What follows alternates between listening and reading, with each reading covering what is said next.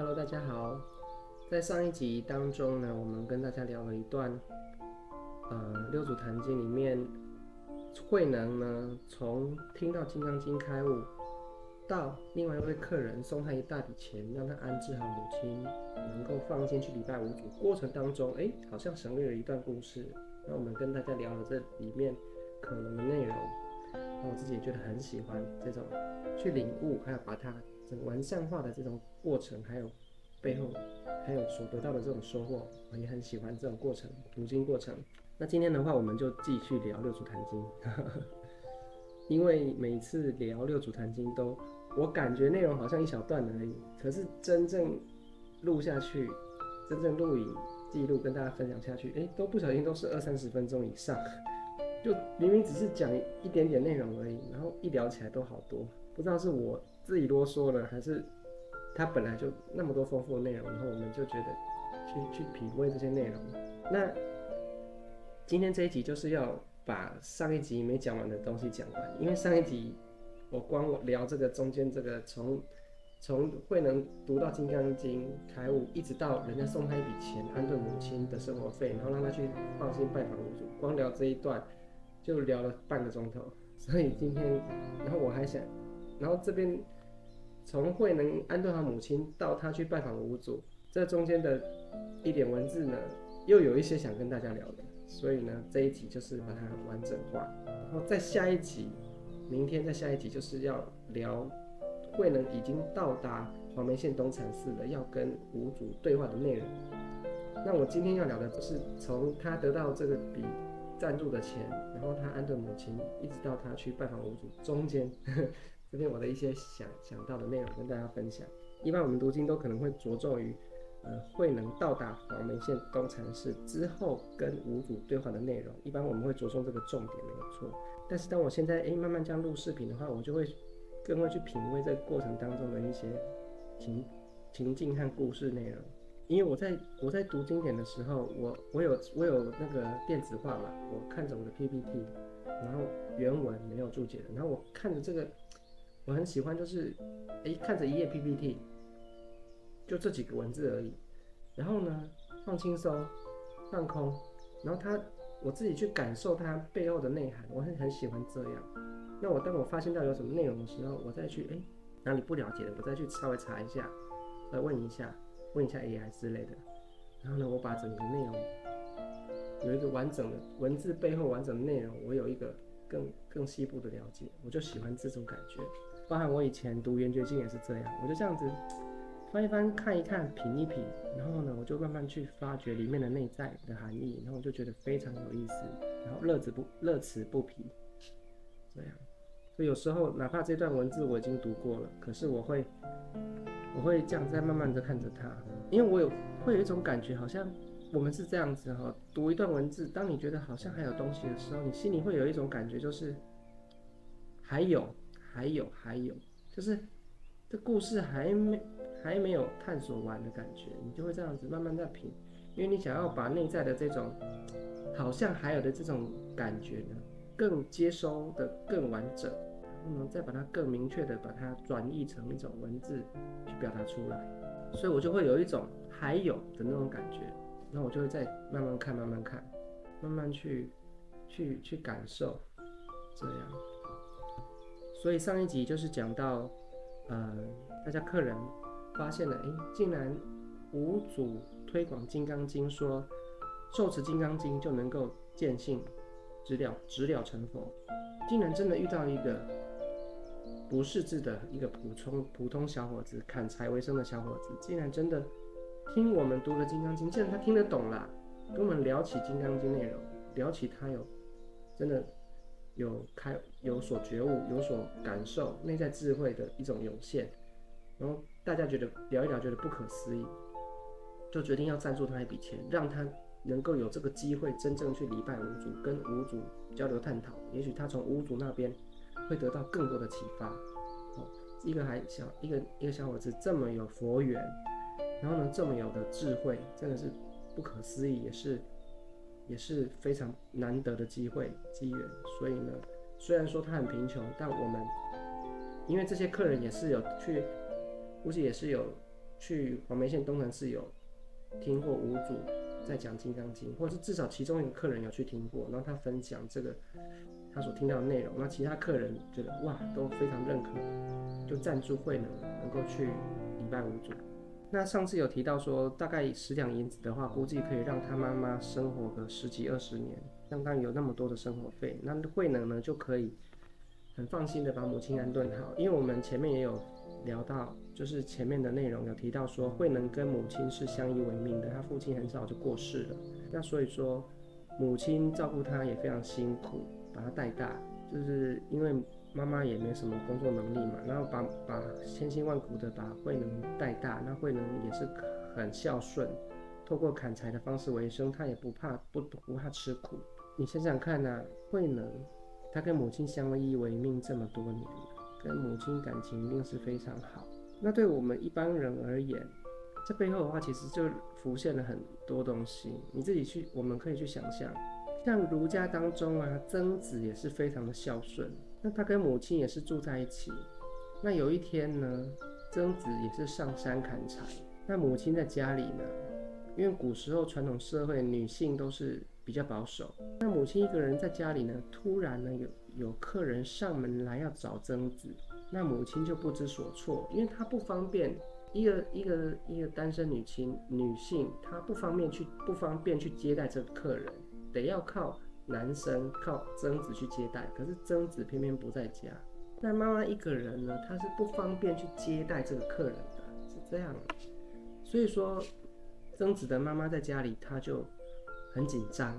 因为她怕万一这个客人来找曾子有什么重要的事情，可是她一个人又不方便去接待，然后她当下很紧张的情况之下呢，她就咬了一下她的手，咬很大力，咬了一下她的手。然后她为什么要做这个动作？因为她知道曾子很孝顺，她希望呢，透过自己咬一下自己的手，心里痛一下，揪一下那种感觉，希望能够召唤曾子回家。那你看古时候的人就有这种概念，反而我们现代人不一定有这种概念。古时候的人他就有这种概念，说，母子连心，那咬一下他的手，痛一下，也许孩子，因为曾子非常的孝顺妈妈，所以说他对妈妈有一种，我们如果以现代物理学讲，叫做量子纠缠。所以说妈妈咬一下自己的手，痛了一下，量子纠缠当下曾子也心里也揪了一下，就是这样，就是量子纠缠。他就想说，铁定家里有事情了，铁定他妈妈遇到什么事情了，因为曾子非常孝顺，曾子就赶回家，就来得及去接待这些客人。这是一个很经典的故事，就是儒家的曾子，他非常孝顺。那后来曾子也是继承了这个就是继承了孔子，因为颜回很早就过世了。本来颜回是孔子很看好颜回，但是因为颜回很早就过世，后来孔子就传给曾子中恕之道，就儒家中恕之道，就是心法，也是心法。这以后我们有机会再聊。所以说，曾子的故事呢，跟这个慧能其实是有相应的。从曾子的故事，我们还可以再聊到念佛法门。念佛法门有一个核心就是什么？佛就像母亲一样，我们就像我们所有生命的灵性都是源自于这个灵性的源头，灵性的母亲。我们就像孩子一样，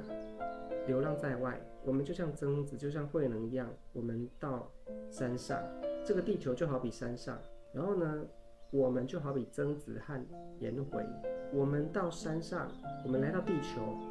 有得到人生，在地球上生活，就好像曾子颜回到山上砍柴一样，我们出外。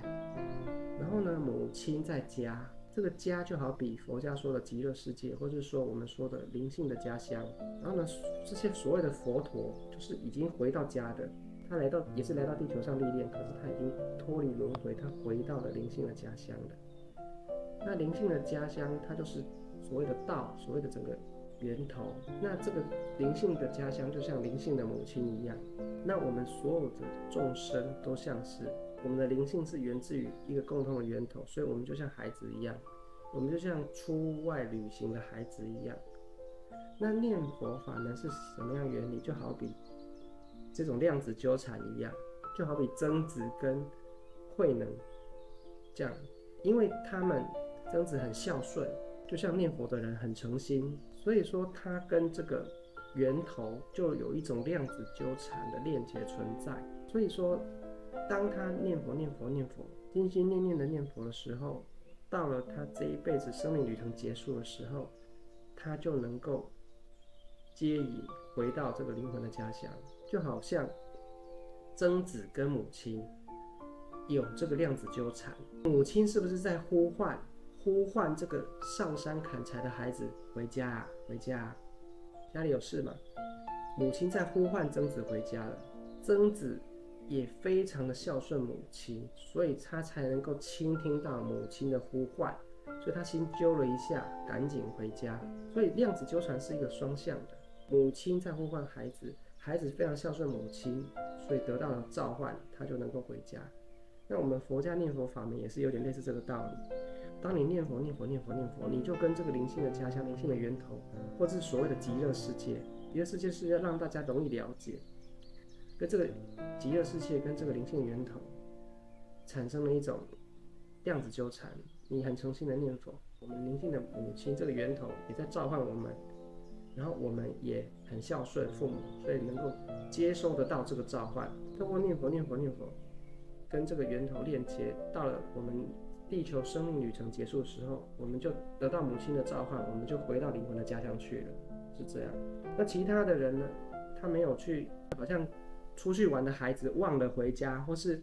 就像孩子出去玩得很开心，然后呢玩得很沉迷，玩到过了时间了还忘了回家，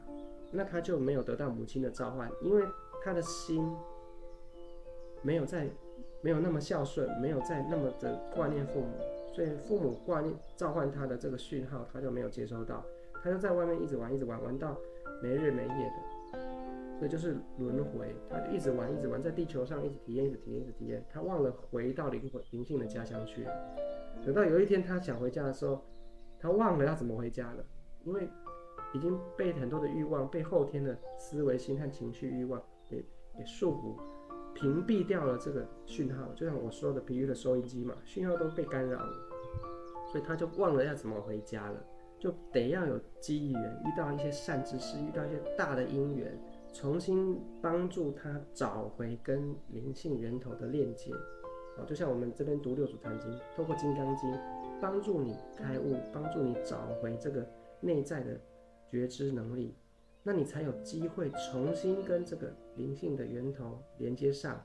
产生量子纠缠，你就能够在完成地球的生命历程之后，能够回归到我们真正的家乡，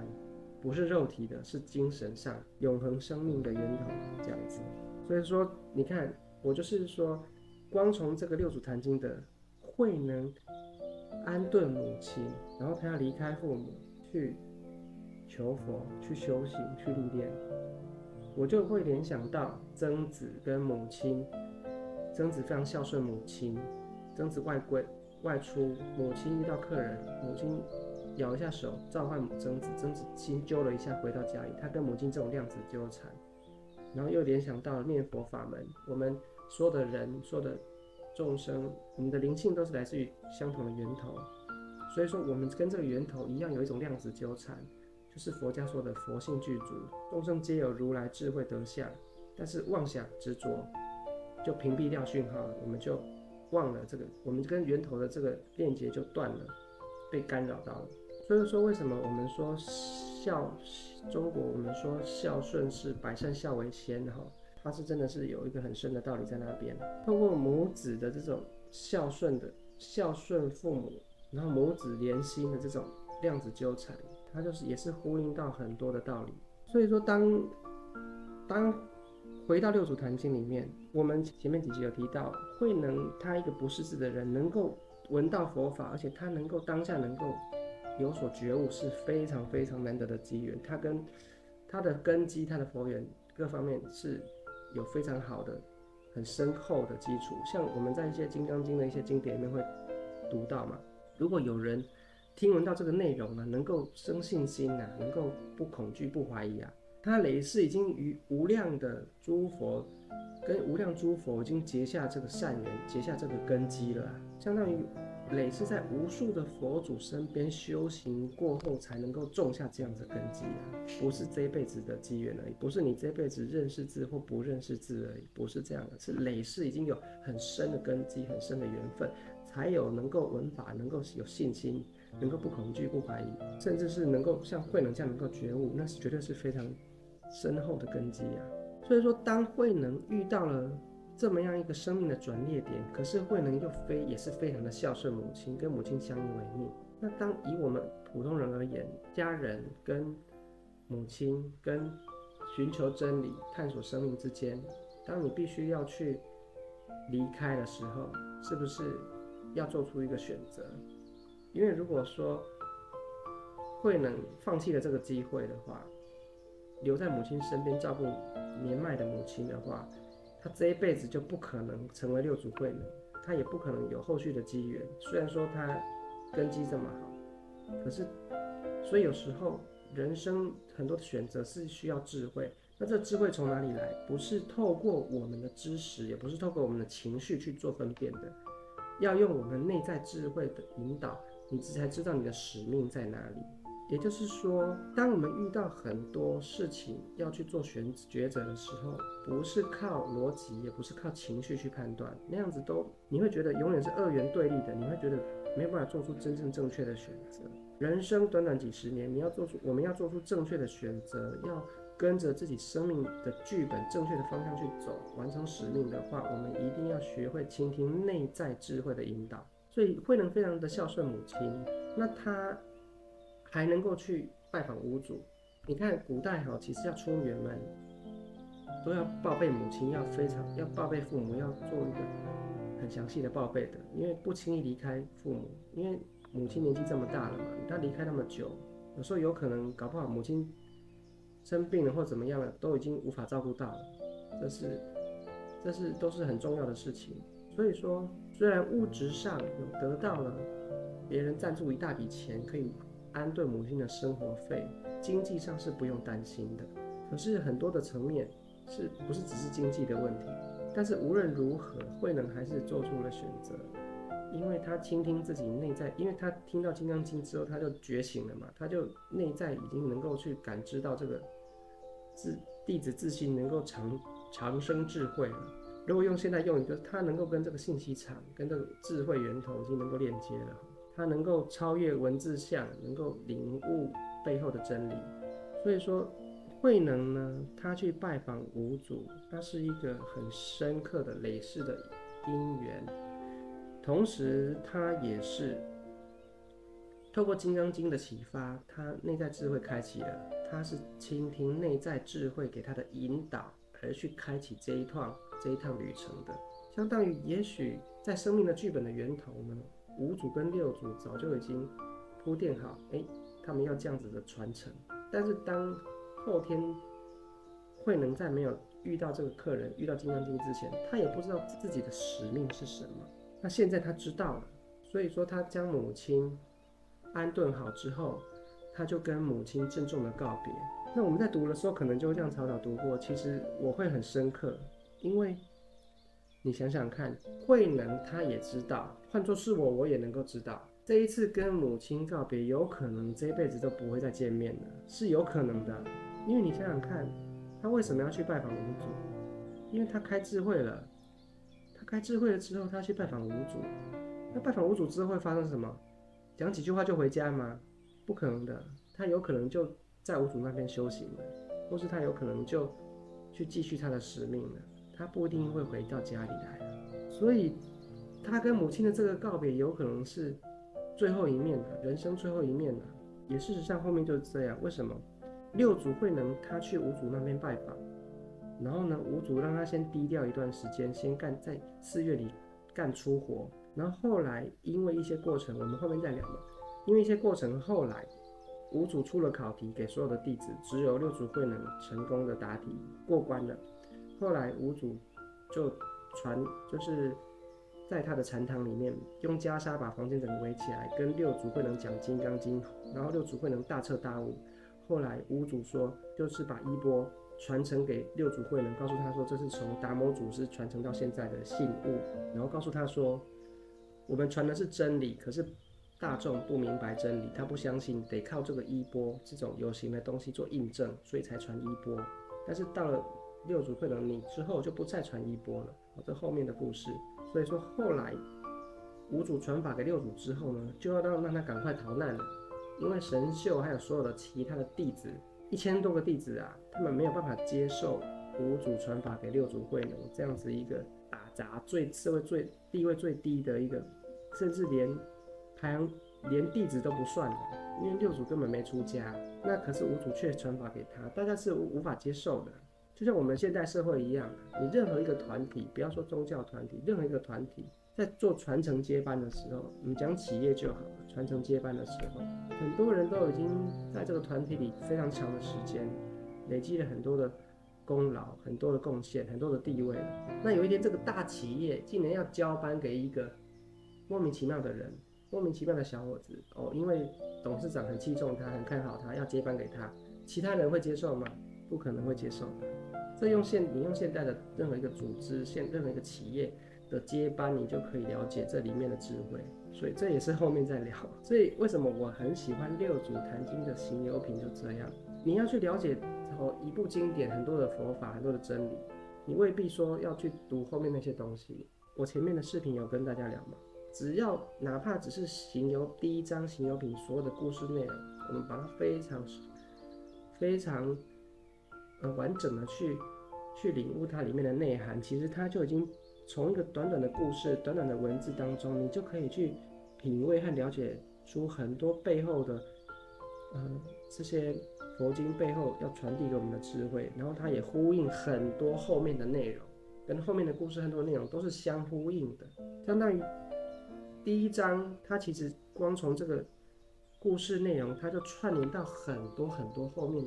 六祖慧能在说法的时候跟大众在分享的这些道理，其实都是串联在一起的。再回到这个六祖坛经行由品的源头，六祖当下是在大梵寺讲堂跟大家讲课，他就说：“我跟你们分享我的故事，让你们明白背后的道理。”所以说，整个第一章内容本来就是六祖慧能透过分享自己从年轻的时候的亲身经历的故事，要去启发大众的。所以说，整个故事内容本身就是一种频率，本身就是一种启发性。当你读的故事去感受背后的道理和启发的时候，你就可以把前后全部串在一起了。它就不仅仅是一个故事，不仅仅是一个文字而已。读经典就是这样。今天本来还要聊到这个慧能经过30几天去拜访五祖，但是我们今天光聊这个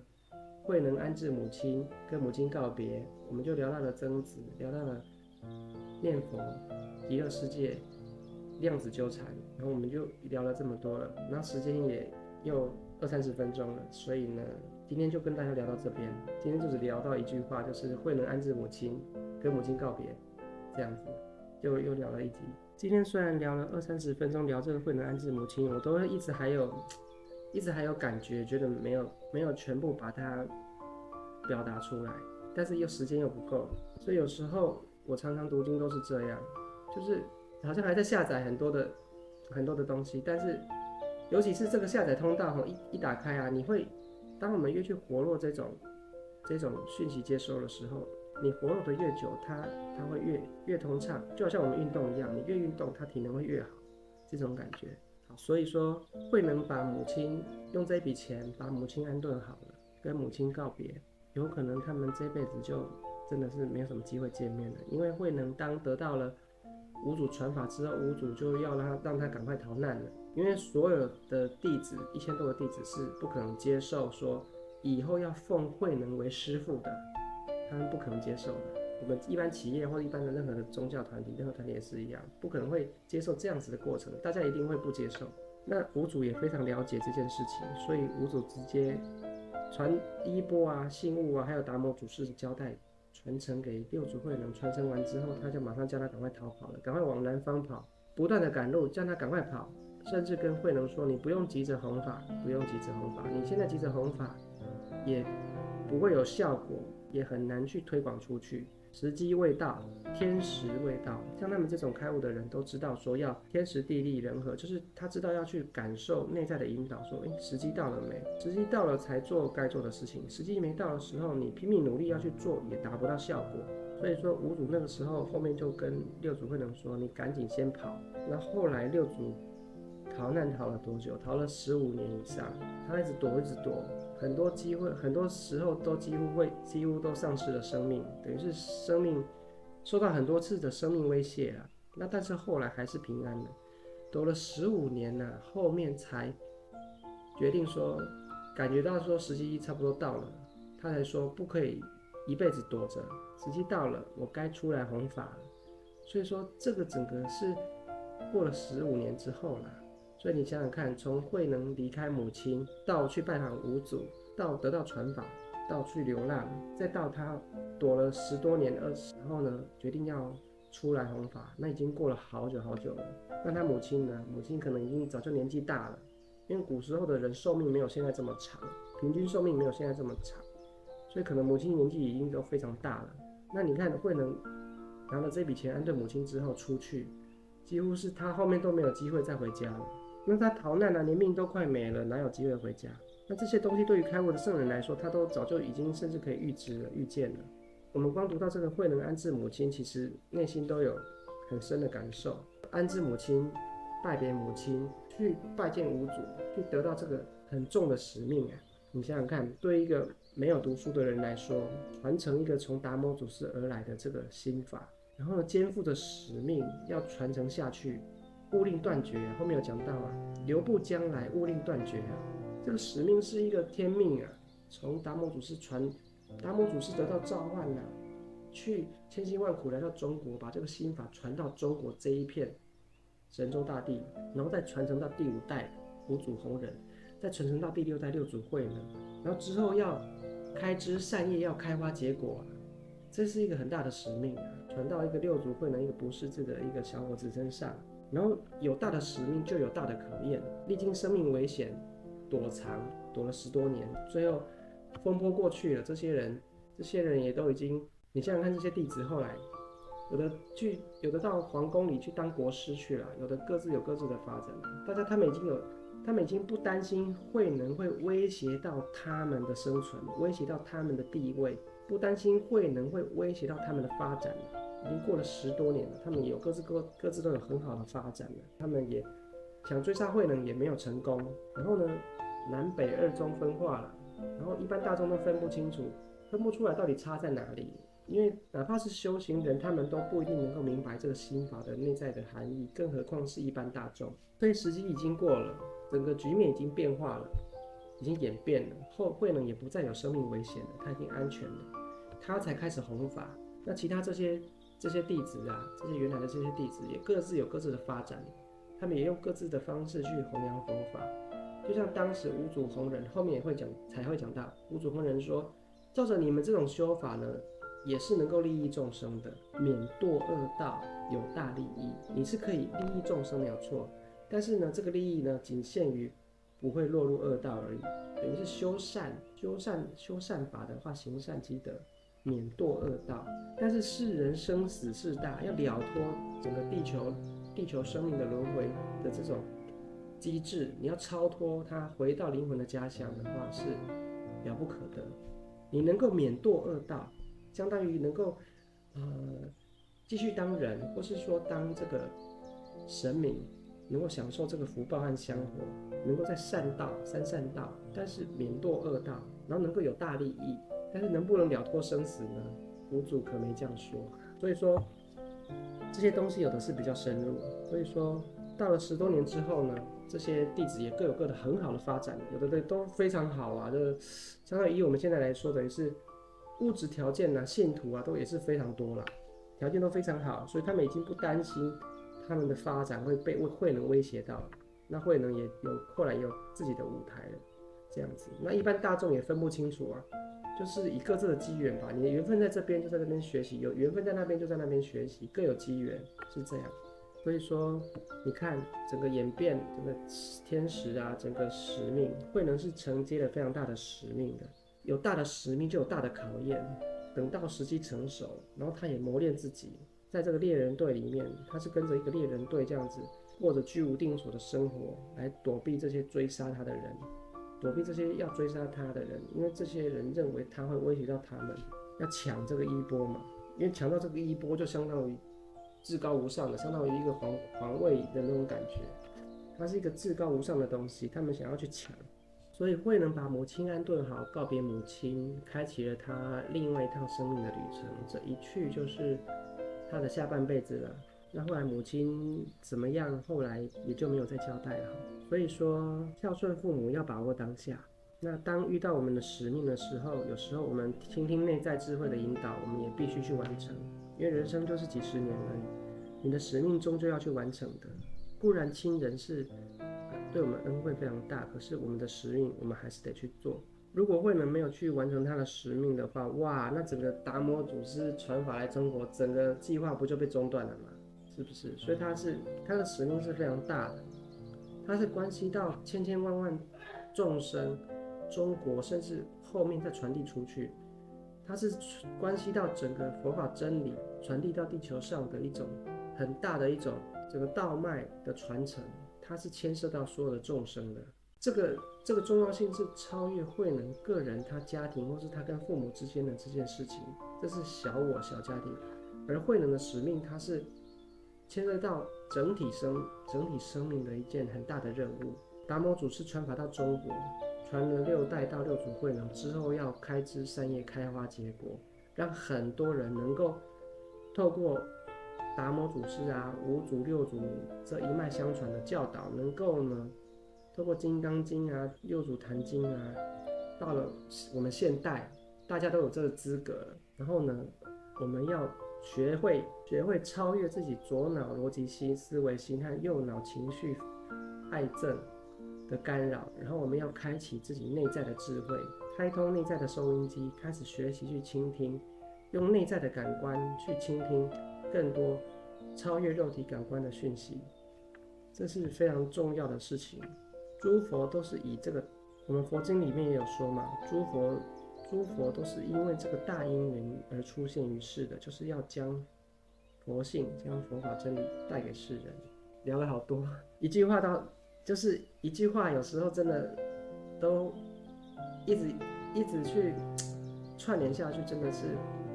它的含义都没有办法，它的含义都还是那么的多，还是那么的多。好，那我们今天就先聊到这边就好。那也感谢大家的观看，那我们就下次再见了，拜拜。